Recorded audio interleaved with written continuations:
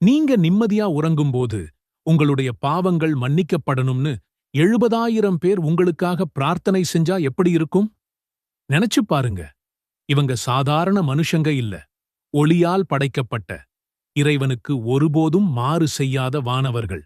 அதாவது மலக்குகள். அதே மாதிரி ஒருவேளை இன்னைக்குதான் இந்த உலகத்துல நம்மளோட கடைசி நாள்னு இருந்தா, போர்க்களத்துல வீரமரணம் அடைஞ்ச ஒரு தியாகிக்கு, ஒரு ஷஹீதுக்கு கிடைக்கிற அந்தஸ்து நமக்கும் கிடைக்க ஒரு வழி இருக்குன்னு சொன்னா நம்புவீங்களா?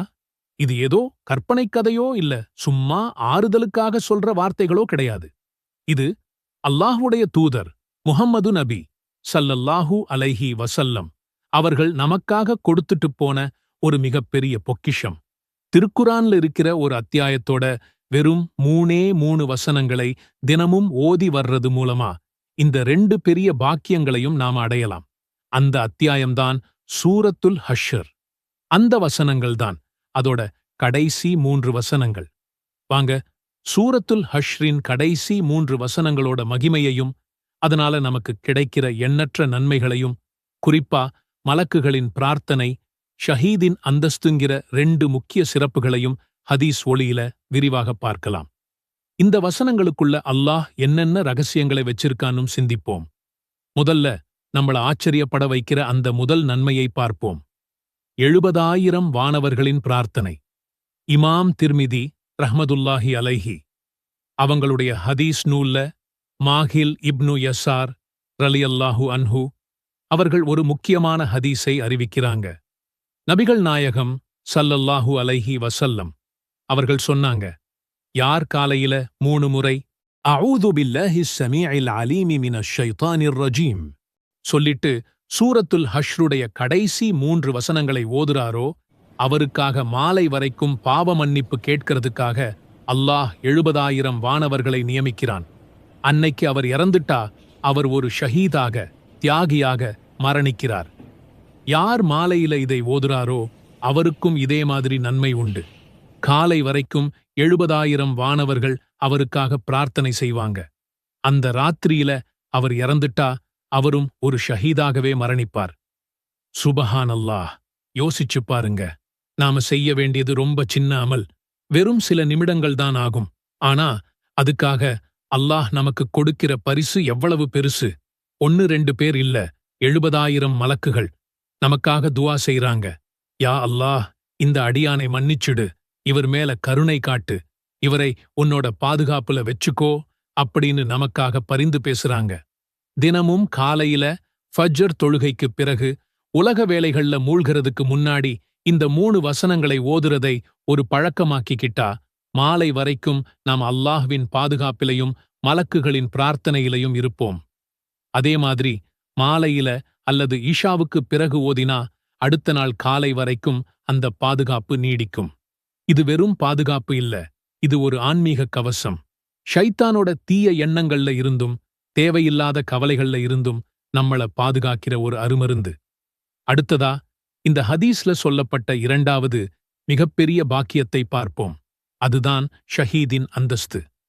ஷஹீத், அதாவது இறைவழியில் உயிர் நீத்த தியாகிங்கிற பட்டம் இஸ்லாத்துல மிக உயர்ந்த நிலைகள்ல ஒண்ணு. ஒரு ஷஹீதோட பாவங்கள் மன்னிக்கப்படுது, கப்ருடைய வேதனையிலிருந்து அவர் பாதுகாக்கப்படுறார், மறுமையில சொர்க்கத்துல உயர்ந்த இடத்தை பெறுவார்னு இஸ்லாம் சொல்லுது. பொதுவா ஒரு இஸ்லாமிய படையில சேர்ந்து இறைவனுக்காக போர்க்களத்துல எதிரிகளோட போரிட்டு மரணிக்கிறவங்களுக்குத்தான் இந்த அந்தஸ்து கிடைக்கும். ஆனா அல்லாஹ்வோட கருணையை பாருங்க. போர்க்களத்துக்கே போகாம நம்ம வீட்டுல நம்ம படுக்கையில இயல்பா மரணிக்கிற ஒருத்தருக்கும் அந்த ஷஹீதின் அந்தஸ்தை அல்லாஹ் கொடுக்கிறான். அதுக்கான வழியைத்தான் நபி ஸல்லல்லாஹு அலைஹி வஸல்லம் அவர்கள் இந்த ஹதீஸ் மூலமா நமக்கு காட்டியிருக்கிறாங்க. சூரத்துல் ஹஷ்ரின் கடைசி 3 வசனங்களை காலையிலையும் மாலையிலையும் ஓதுறதை வழக்கமாக்கிக்கிட்ட ஒருத்தர் அன்னைக்கு பகல்லையோ அல்லது ராத்திரியிலையோ இறந்துட்டா அவர் ஷஹீதாக மரணிக்கிறார். இது எவ்வளவு பெரிய பாக்கியம். இந்த சூராவோட பெயரே அல் ஹஷ்ர், அதாவது ஒன்று திரட்டுதல். இந்த சூரா யூத கோத்திரத்தினர் செஞ்ச ஒரு ஒப்பந்த மீறலுக்காக மதீனாவிலிருந்து அவங்களை வெளியேற்றின வரலாற்று நிகழ்வை பற்றி பேசுது. இது ஒரு வகையில போர்க்காலச் சூழலை விவரிக்கிற சூரா.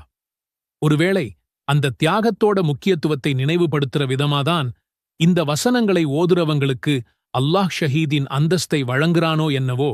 அல்லாஹ்வே மிக அறிந்தவன். நாம ஒவ்வொருத்தரும் மரணத்தை சுவைச்சே ஆகணும். ஆனா அந்த மரணம் எப்படி இருக்கணும்?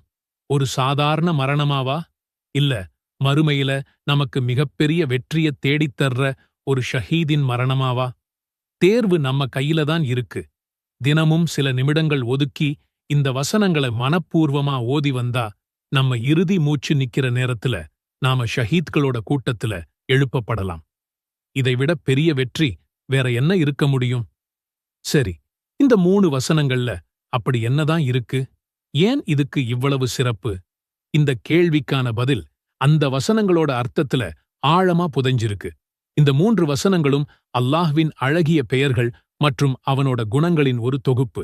வாங்க அந்த வசனங்களை ஒவ்வொன்னா அதோட சுருக்கமான அர்த்தத்தோட சிந்திச்சு பார்ப்போம். வசனம் 22. ஹுவல்லாஹு அல்லதீ லா இலாஹ இல்லா ஹுவ ஆலிமுல் கைபி வஷ்ஷஹாதா ஹுவர் ரஹ்மானுர் ரஹீம். அவன்தான் அல்லாஹ், அவனைத் தவிர வணக்கத்திற்குரியவன் வேறு யாருமில்லை. மறைவானதையும் வெளிப்படையானதையும் அவன் அறிவான்.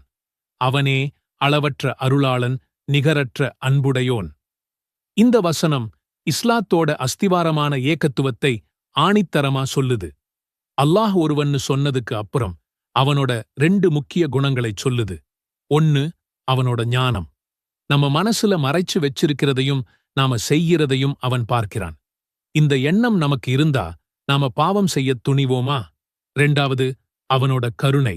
அவன் அர் ரஹ்மான், அர் ரஹீம். அவனோட கருணை அவனோட கோபத்தை விட மிகைச்சது.